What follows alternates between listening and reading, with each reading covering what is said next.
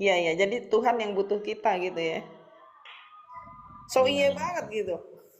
Alhamdulillah, boleh saya jabarkan dulu biar tidak Boleh, boleh. salah. Alhamdulillah. Bukti yang nyata bila Tuhan tidak butuh manusia, ngapain manusia diciptakan? Jadi manusia diciptakan itu supaya Tuhan dikenal. Bila tak ada manusia, ya Tuhan tidak akan terkenal. Maka dari itu sebenarnya yang butuh itu adalah Tuhan menciptakan manusia. Butuhnya apa? Ya butuhnya untuk Tuhan itu sendiri. Maka dari itu untuk Islam itu butuh dengan syahadat. Kalau syahadatnya salah berarti sholat, zakat, puasa, hajinya semuanya salah. Bila syahadatnya salah. Namun di sini saya pribadi saya tidak butuh bersyahadat kepada Tuhan atau kepada Allah karena Allah yang wajib bersyahadat kepada saya. Lanjut. Subhanallah. Memang pernyataan-pernyataan begini memang keren tapi polemiknya juga. Tapi nggak apa-apa, bagus ilmu ini loh, luar biasa. Lanjut Bun. Askapi izin parkum bikin kopi dulu. Iya, kalau memang pembahasannya adalah bicara tentang kesadaran, itu kan sifatnya subjektif. Saya akan membiarkan, katakanlah, ketika orang mengatakan dalam dirinya sendiri, katakanlah, bahwa manusialah, Allah lah yang butuh kepada makhluk seperti itu. Dan kata-kata butuh ini sebenarnya adalah kata-kata melemahkan sebenarnya. Kalau memang itu kesadaran, katakanlah, seharusnya nggak diungkapkan seperti itu. Kalau kemudian diungkapkan, itu akhirnya seperti zindik gitu loh. Seperti zindik. Artinya kata-kata butuh itu berarti melemahkan dia. Artinya gini, Pak, Tuhan itu maha suci, nggak perlu disucikan dia tetap suci gitu loh. Dia itu maha besar, nggak perlu Anda besarkan pun, katakanlah, dia maha besar. Kalau kata-kata as-somad itu berarti Allah tidak bergantung dengan sesuatu apapun. Lalu kemudian adanya makhluk untuk membuktikan pernyataan dirinya ada, katakanlah, berarti dia pun lemah seperti itu. Allah itu tidak terhijab. Kalau Allah terhijab dengan sesuatu berarti dia lemah. Gitu, ya. Yang menghijab diri kita dari dia adalah sangka-sangkamu terhadap dia. Segitu. Sangka-sangkamu. Jadi dia begitu nyata, ya, tetapi kita menganggap kemudian terhijab. Itu sama seperti orang yang bawa obor di siang hari. Mana Tuhan, mana Tuhan, mana Tuhan, katakanlah. Seperti itu. Jadi hati-hati dengan bahasa hakikat, ya, yang diungkapkan, katakanlah. Oke, itu kesadaran, katakanlah. Tapi seharusnya itu adalah milik dari orang yang merasakan kesadaran itu. Nggak perlu diungkap sebenarnya. Saya paham maksudnya Pak Halim itu, saya paham. Tapi ketika mengatakan bahwa dia butuh, wah, kata-kata butuh ini loh, aroda yuridu gitu loh, ya, ibaratnya irodatan. Ini bahaya menurut saya. Kalau kemudian kata-kata itu dilontarkan seperti itu. Al-halaj di mata saya itu benar, katakanlah, dengan ungkapannya. Dia lagi mabuk kepayang dengan cintanya kepada Allah.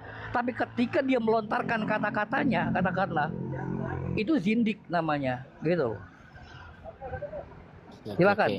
Ini saya tanggapi sebentar ya agar menyatu ya, biar sinergi.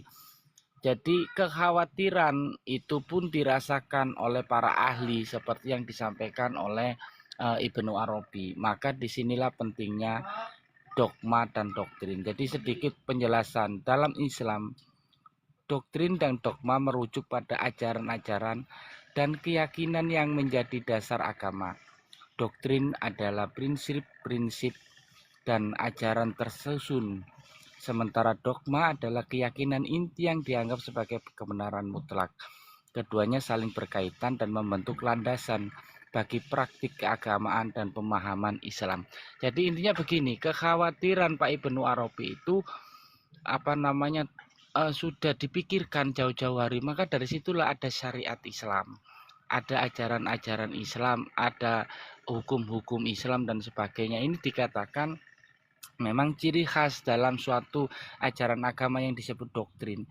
Itu butuh prinsip-prinsip agar mudah difahami tahap demi tahapnya. Dan isi daripada doktrin itu nanti ada dogma.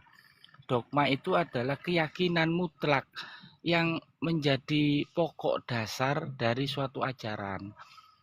Begitu ya Bang Ibnu ya. Jadi ini sebenarnya penting juga, doktrin dalam Islam itu juga penting. Doktrin dan dogma bukan cuma Islam, semua agama itu mempunyai doktrin dan dogma. Untuk apa? Untuk menjaga ketika ada penelanjangan terhadap Tuhan. Jadi ini mohon maaf, bukan masalah kita saling menyalahkan ya. Cuma dari narasi yang disampaikan Abah Enjoy ini memang terkesannya sangat jujur banget gitu loh, polos banget gitu loh. Nah, Bang Ibnu Arabi ini merasa itu risih ya. Kok gitu sih jadi orang gitu loh.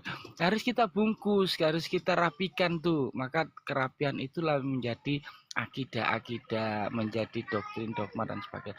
Mungkin itu dari Cak Man. Yang lainnya silakan ada Ini Bang Ibnu Arabi dan Bang Enjo ini kita sama-sama kenal, bukan sehari 2 hari. Mereka sama-sama ahli di bidangnya ya. Satu itu, sama-sama ahli nih. Bang Enjo ini memang begitu keahliannya. Bang Ibnu Arabi pun begini. Kita ingin mencari titik temu, dan apa yang saya katakan itu saya ingin mengarah ke tema yang disampaikan Bang Ibnu Arabi ini menjadi dasar pokok alasan mengapa dalam Islam itu butuh doktrin dan dogma. Doktrin dan dogma bukan sesuatu yang negatif, tapi ini prinsip dasar, dan dogma dari keyakinan dasar yang terarah sehingga dalam suatu kajian itu ada ujung, ada pangkal, nggak ambigu, nggak retorika. Doktrin itu suatu prinsip yang harus dipakai di dalam agama. Kalau agama nggak punya doktrin, dia ambigu, retorika, nggak jelas tuntunannya. Dan ini jangan dianggap suatu yang negatif. Tapi ini sudah kenyataan begitu loh. Dan dogma itu isi daripada doktrin itu, yaitu keyakinan pada suatu hal, misalnya tentang ketuhanan. Kalau sudah dogmanya la ilaha illallah, tiada Tuhan selain Allah, ini ada ujung, ada pangkalnya. Maksud saya tadi mengarah ke situ yang disampaikan Bang Ibnu Arabi itu.